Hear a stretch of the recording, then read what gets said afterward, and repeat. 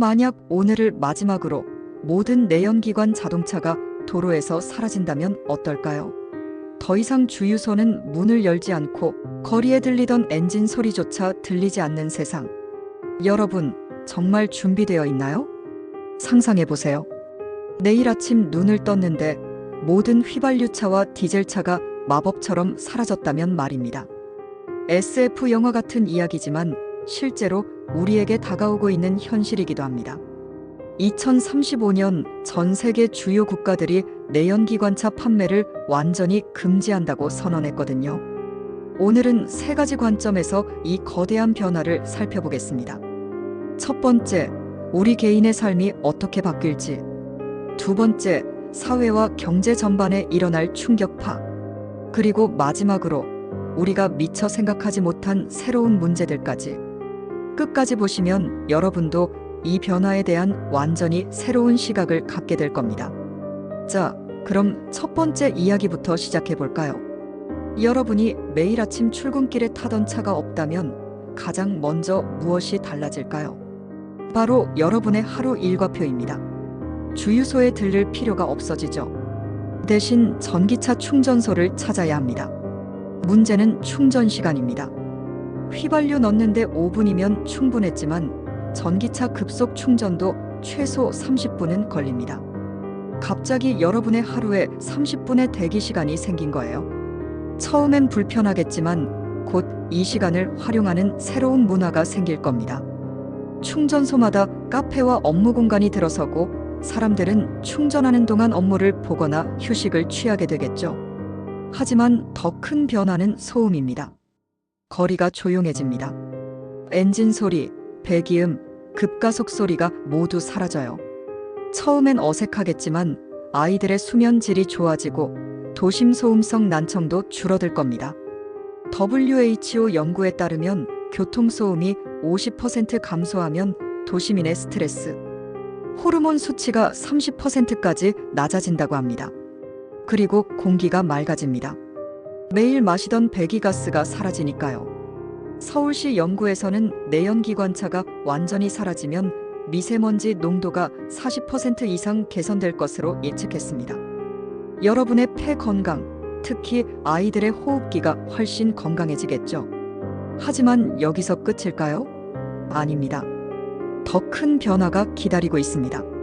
사회 전체를 봐야 합니다.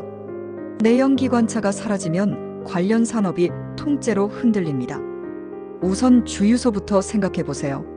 전국 1만 2천 개가 넘는 주유소가 하루아침에 설 자리를 잃습니다. 주유소에서 일하는 사람만 15만 명이 넘어요. 이들이 모두 일자리를 잃게 되는 거죠. 자동차 정비업계는 어떨까요? 엔진 오일 교체, 점화 플러그 교체, 배기가스 점검 같은 서비스가 모두 필요 없어집니다. 전국 3만여 개 정비소 중 절반 이상이 문을 닫아야 할지도 모릅니다. 그 대신 전기차 정비 전문가가 필요하겠지만 기존 정비사들이 모두 재교육을 받기까지는 시간이 걸리겠죠. 경제 규모로 보면 더욱 놀랍습니다. 우리나라 석유 수입액이 연간 100조 원이 넘습니다. 이 돈이 모두 해외로 빠져나가던 게 멈추는 거예요. 대신 전기 생산과 배터리 산업으로 돈이 몰리겠죠. 역사를 보면 이런 급격한 변화는 늘 있었습니다.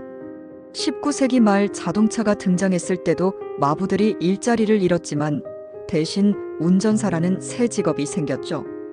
디지털 카메라가 나왔을 때 필름 회사들이 사라졌지만 새로운 이미지 산업이 폭발적으로 성장했습니다. 하지만 사회만 바뀌는 게 아닙니다. 우리의 일상과 문화까지 완전히 달라집니다. 드라이브라는 개념이 사라집니다. 연인과 함께 밤에 드라이브하며 음악 듣던 로맨스, 친구들과 시원한 바람 맞으며 교회로 나가던 추억. 조용한 전기차로는 그 감성을 느끼기 어렵겠죠. 대신 새로운 문화가 생길 겁니다. 자율주행 전기차 안에서 영화를 보거나 게임을 하며 이동하는 시대가 올 거예요. 차를 소유한다는 개념도 바뀝니다. 전기차는 공유하기 더 쉽거든요. 충전만 해두면 누구나 쓸 수 있고 자율주행까지 가능하면 차를 부를 때마다 알아서 와줄 겁니다. 젊은 세대는 아예 차를 사지 않고 필요할 때만 앱으로 부르게 될 거예요. 가족 여행의 패턴도 달라집니다. 기존에는 연료비 걱정 없이 멀리 갈 수 있었지만 전기차는 충전소 위치를 고려해야 해요.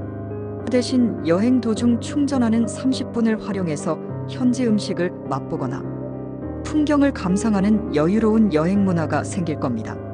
심리적으로도 변화가 있을 거예요. 엔진음이 주는 역동성과 파워감이 없어지면서 운전의 재미가 줄어들 수 있어요. 그 대신 조용하고 부드러운 주행감이 주는 안정감과 평화로움을 추구하게 될 겁니다.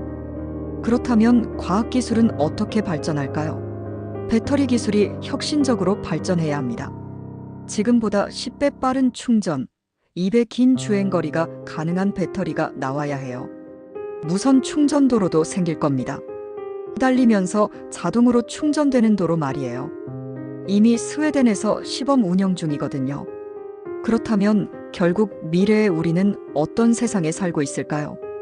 놀라운 반전이 기다리고 있습니다. 내연기관이 사라진다고 해서 모든 문제가 해결되는 건 아니에요.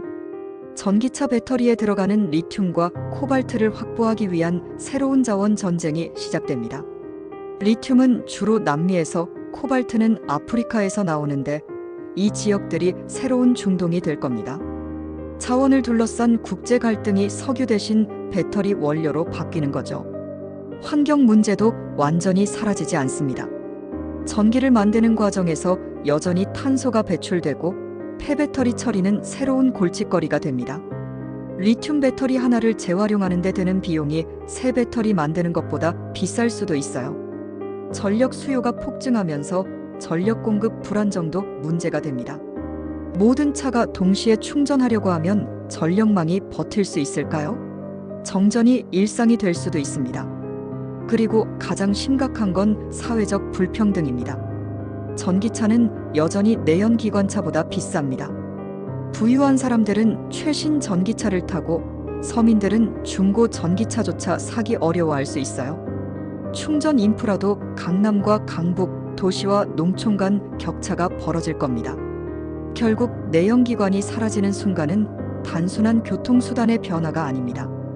우리 사회와 경제, 환경과 문화 전반의 혁명이에요. 편리함과 불편함, 기회와 위기가 함께 찾아오는 거대한 변곡점입니다. 여러분은 어떻게 생각하시나요? 내연기관이 사라진 세상이 더 살기 좋을까요? 아니면 지금보다 더 복잡하고 어려워질까요? 댓글로 여러분의 생각을 들려주세요. 다음 시간에는 더 흥미로운 가정을 준비했습니다. 만약 인터넷이 단 하루만 전 세계에서 동시에 끊긴다면 우리 사회는 버틸 수 있을까요? 아니면 완전히 마비될까요? 다음 주에 만나요.